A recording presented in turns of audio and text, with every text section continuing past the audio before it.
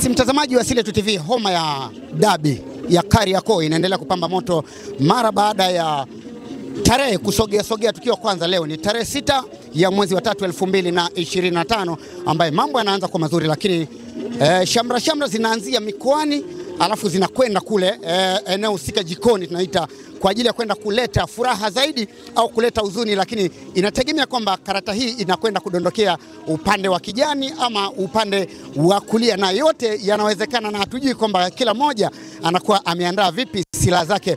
Nipo maeneo ya Njombe mkoani kabisa, stendi ya zamani, na niko na wadau kutoka tawi la Njombe tawi la Yanga mkoa wa Njombe. Wako tayari kwa ajili ya kuanza safari zao kwa ajili ya kwenda kupokea kile ambacho kimeandaliwa kutoka kwenye maasimu wawili wa dabi ya Kariakoo. Lakini nataka nizungumze na kiongozi wa msafara ili atuambie kwamba wamejiandaa vipi na kipi matarajio yao na vipi ambapo wanategemea kuanza safari leo hii majira ya saa 12 hii kuelekea Dar es Salaam. Bwana, niko na kiongozi hapa. Mambo vipi? Poa, anakuaje? Uhakika mwenye. Bwana, kwa faida ya mtazamaji ya Sile TV tunaomba ujitambulishe.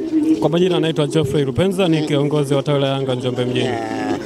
Kwanza hongereni kwa maandalizi tunasema, kwa sababu mpaka kufikia hapa ina maana tayari mmejiandaa vya kutosha. Maandalizi yako sawa na tumejiandaa vya kutosha na hadi sasa hivi tuna mategemeo makubwa sana, kwa sababu niseme tu kuanza safari leo sio jambo dogo kwetu. Umeelewa? Tumeanza safari leo, tufike Dar es Salaam kesho asubuhi, watu wapate muda wa kupumzika ili tarehe 8 uwanjani ni shughuli. Unajua shabiki ni mchezaji namba 12. Sasa shabiki ukienda uwanjani umeloa, umechoka na safari, hawezi kufanya kitu. Wenzenu wanasema kama vile mnawakimbia kwa sababu wao wana safari kesho, yenyewe imeanza leo. Kila watu na maandalizi yao. Sisi hatuwakimbii. Sisi tumekuwa tukifanya safari mara nyingi ambazo tunatoka Njombe kwenda Dar. Waulize wao wamefanya safari ngapi. Kwa nini mmeonaje kama mngeenda kwa pamoja? Sababu wanasema mpira pia ni sehemu urafiki. Kwa nyie mnaotoka mikoani mngekaa mkaongea kwa pamoja kama marafiki, kama mnaenda, kwa sababu pamoja na kwamba ni ligi, lakini ligi sio ugomvi, sio uadui. Alafu mkaondoka kwa pamoja inakuwa inaleta shamra sahihi, lakini kila watu na maandalizi yao. Sisi ni tawi la Yanga Njombe mjini, wao ni tawi jingine. Kwa hiyo sisi kwenye mipango yetu mikakati, ndio maana nimesema tumeamua kuondoka leo ili watu wapate muda wa kupumzika. Kwa hiyo kuongozana, wao wangeamua kutuunga mkono kuungana na sisi kuondoka leo, sisi tusingewazuia. Kwa hiyo kila watu na mipango yao, namna walivyo focus kwenye hiyo mechi. Kwa hiyo sisi tumefocus kikubwa, tunahitaji kupata muda wa mapumziko, watu wakifika pale wafanye amsha kweli. Yaani mtu akiingia uwanjani, hao wameingia uwanjani. Asante. Kwenye msafara wako sasa, mpaka sasa hivi unategemea kuondoka na watu takribani wangapi? Gari imejaa hii kaka. Gari iko full. Na kuna nyingine au kama mshakosa siti hapa ndo basi? Yaani hapo hii gari ninavyokuambia sasa hizi zimeshafunga hesabu. Hii gari iko full. Yaani tena kuna watu ambao wanajua wale wanaosubiri siku ya mwisho kutoa nauli ndio imekula kwao, lakini gari iko full. Iko full ninavyoongea hivi sasa. Kwa hiyo hapa tunasubiria tu muda tu gari ianze safari. Lakini pia kuna namna kama vile mmepigwa na kitu kizito mara baada ya kupokea, bado sijaona taarifa official, ila habari za haraka kama vile msemaji wenu amepigwa pini kama miaka miwili. Sijajua kuna uhakika au hakuna uhakika, lakini linawaathiri vipi nyinyi? Siwezi kuzungumzia hilo. Hilo naachia uongozi makao makuu wenye kutamka hilo, lakini sisi kama watu wa Njombe, tawi la Njombe, tumefocus kwenye mechi yetu ya msingi ambayo ni mechi ya Simba na Yanga. Ndio mechi ambayo tumeifocus. Hayo mambo mengine kama viongozi watatuambia official, sawa, tutalipokea. Lakini kwa saa hizi hatuhitaji kuchanganywa na habari yoyote zaidi ya dabi. Ligi ya mwaka huu kidogo kama vile imekuwa na mkimbizano, kwamba unaenda hatua moja lakini ukigeuka nyuma mwenzako yupo. Nyie mmeshakuwa, Simba wamekuwa wateja wenu mara 4 mfululizo. Lakini mwaka huu kidogo tumeona kuna utofauti ya mbio. Hamna kusema tumemwacha pointi 5 ngapi 10. Mmejipangaje kuhakikisha kwamba ule uteja hamuuvunji kiharaka? Ndio maana halisi ya kuondoka leo. Watu wapate muda wa kupumzika. Tarehe 8 akiingia uwanjani wapige kazi kweli. Kwa hiyo ushindani, sikatai, ushindani upo, ushindani ni mkubwa, lakini kila mtu anacheza mechi zake na kila watu wana mipango yao, wana ratiba zao kwenye mechi zao. Kwa hiyo sisi tunaombea timu yetu iweze kufanya vizuri. Tuna matumaini makubwa kuchukua ubingwa. Na sisi sasa hivi tunaongoza ligi. Kwa hiyo huyo aliyoko nyuma apambane kweli kweli, ndugu yangu. Hata tukute Na hii tarehe 8 kuna mtu atapigwa na kitu kizuri. Hii safari kuondoka mimi leo tarehe 6 kaka. Sio bure. Hivi tunajua mpira una matokeo matatu. Hii ni ligi. Kuna suluhu, kuna kupigwa au kuna kupiga. Imetokea umepigwa, unarudi na gari hiyo au unatafuta usafiri? Kwa mtu wa mpira, kwa mtu wa mpira anakubali matokeo yote, lakini mimi naondoka kwenda Njombe, naenda kutafuta pointi 3. Unaenda kutafuta au unaondoka pointi 3? Naenda kutafuta pointi 3 na nitarudi na pointi 3. Yaani hao ndio malengo yangu. Mimi sina malengo ya kufeli kaka. Mimi kule ni pointi 3, nikirudi na pointi 3. Imeisha hiyo. Unaonaje mwenendo wa kocha na kikosi kwa ujumla, kwamba kuna haja ya kocha kufanya namna yoyote ili kukabiliana na mpinzani wako kwenye mechi ya tarehe 8, au hali ilipo kocha ya relax tu mambo yanaenda yenyewe? Mimi nafikiri sina shida na kocha, kwa sababu kocha naye anatekeleza majukumu yake. Benchi la ufundi kwa ujumla kila mtu ana pay part yake. Na sisi mashabiki tupo kwenye nafasi yetu. Kwa hiyo mimi naamini kama kuna madhaifu kocha aliyaona, basi katika mchezo huu anaweka uangalizi, kwa sababu kila mechi kwetu ni kubwa, kila mechi kwetu ni pointi 3. Kwa hiyo kama kuna madhaifu aliona kwenye mchezo uliopita, naamini ataurekebisha, kwa sababu kila mchezo una hadhi yake. Umeelewa? Siwezi nikasema mchezo huu ukaulinganisha na mchezo mwingine. Kila mchezo una hadhi yake, na kila mchezo unavyoingia uwanjani kwenye pichi, uchezaji unabadilika. Ushaelewa? Kwa hiyo kocha na mwachia nafasi yake, na sisi tunacheza kwenye nafasi yetu. Upande wako binafsi tutegemee Yanga ipi, yenye mabadiliko ya juu zaidi au mabadiliko ya kushuka au ya kawaida? Yanga inazidi kupanda. Tumebadili makocha wangapi, lakini kipigo kiko pale pale. Yaani 5 zile zinaongezeka. Tena sasa zimeongezeka. Sasa tunapiga mtu 6. Tumeongeza sasa. Huo ndio utabikiwa. Tunapiga mtu 6. Tulikuwa tunapiga 4, sasa hizi tunapiga mtu 6. Kwa hiyo sisi tuna mategemeo makubwa. Asante. Ujumbe wako sasa kwa mashabiki wote wa Yanga, lakini pia wadau wa mpira hususan mkoa wa Njombe sasa? Mashabiki wote wa Yanga, cha kwanza wa support timu yao. Jambo la pili muhimu sana, shabiki wa Yanga popote ulipo, jisajili uwe mwanachama hai wa klabu ya Yanga. Na jambo la tatu, wale waliojisajili walipe ada zao za wanachama. Mwanachama ni mwenye hisa 51, ndio mwenye dhamana ya klabu. Hata mwekezaji anavyokuja anaangalia klabu na wanachama hai wangapi. Kwa hiyo ni washawishi tu na ni wasihi tu mashabiki wajisajili wawe wanachama wa klabu ya Yanga. Asante sana. Shukrani sana. Bwana, inakuwaje mkuu? Uhakika. Umejipangaje mwanangu? Maana tunaenda kule kama kinyonge fulani hivi. Sio kinyonge, yani ni uhakika mwingi, kwa sababu nikienda kule nigusa achia twende kwenye ubingwa. Naenda kutangaza ubingwa sasa hivi. Gusa achia tutangaza ubingwa. Lakini unahisi atakayeshinda mechi ya dabi ya tarehe 8 ndo atakuwa bingwa, au bado kuna mambo mengine lazima tuangalie kidogo? Sisi hapo tunaenda kuchukua pointi 3 ndio tunatangaza ubingwa. Hamna upinzani tena hapo.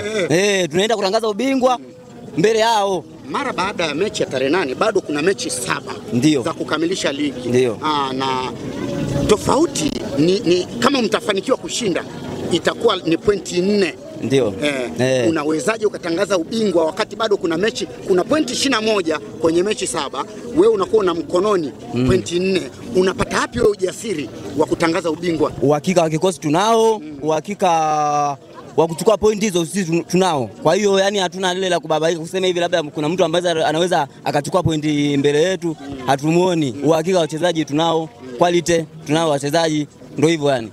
Wewe upande wako swala la msemaji wa Yanga Ally Kamwe kupigwa stop miaka 2 linakuathiri vipi kwa upande wa shamra? Kwa sababu ile ndo alikuwa kama vile monitor wa timu, kwamba ujue timu iko wapi, inafanya nini, iko vipi, na alikuwa kidogo kama vile ameweza namna ya kuhandle option ya mashabiki wa Yanga. Na wewe sasa linakuathiri vipi upande wako kama shabiki? Mimi haiwezi kuniathiri kwa sababu ni mfumo wa mpira. Kuna makosa au ni watu kama sisi wanaweza kukosea. Umeona?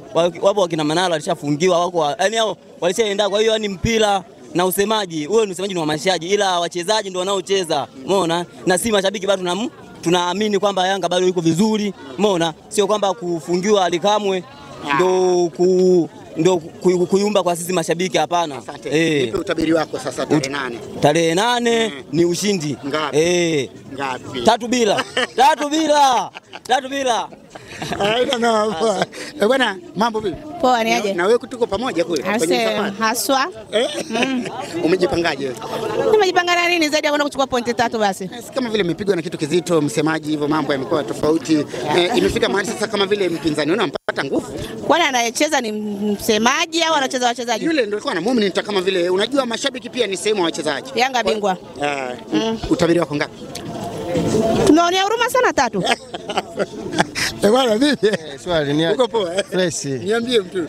Si tuko vizuri. Umejikoki? Hakika mwenyewe unaona. Ndio.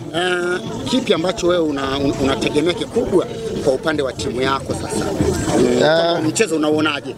Upande wako utakuwa kawaida, mgumu au mchezo wa kawaida kwa sababu sehemu tu ya ligi? Ni mchezo tu wa kawaida kama tunacheza na Ken Gold. Sema tu kinachotofautisha ni ukubwa wenyewe wa hizi timu mbili, kwa maana Kariakoo Derby ni mechi kubwa, lakini bali kwamba mpinzani wako pia ni mkubwa. Yeah, ni mkubwa mwenzangu. Kwa hiyo ni mchezo wa kubwa, lakini mkubwa zaidi anatambulika kwa sababu mtu ambaye tumempiga mara nyingi kuliko timu zote duniani ni yeye. Kwa hiyo ni kitu simple tu kwa upande wetu. Kumpiga mara 4 mfululizo inaweza ikawa ni njia sahihi ya wewe kuendelea kuwa mkubwa zaidi kwake tena.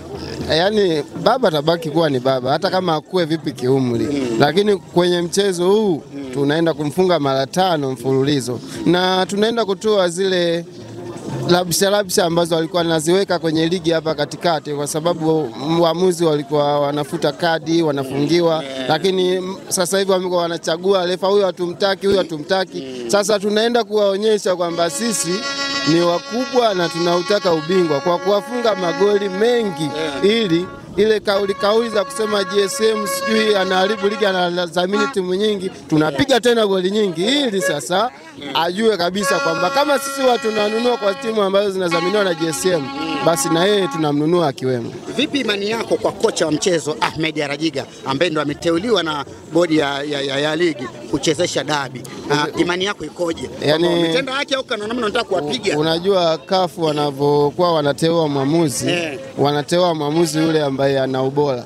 Na kwa Tanzania Ahmed Arajiga amekuwa anachezesha michezo mikubwa barani Afrika. Kwa Tanzania yani kwenye levels uwezo ukamwacha Arajiga. Ni mwamuzi mimi naweza nikasema namweka namba 1. Afu wanakuja hao wengine. Kwa hiyo mapungufu yapo, sio kama Arajiga hana mapungufu. Mara kadha wa kadha amekuwa akienda tofauti, lakini sisi wananchi tunaamini kwenye quality.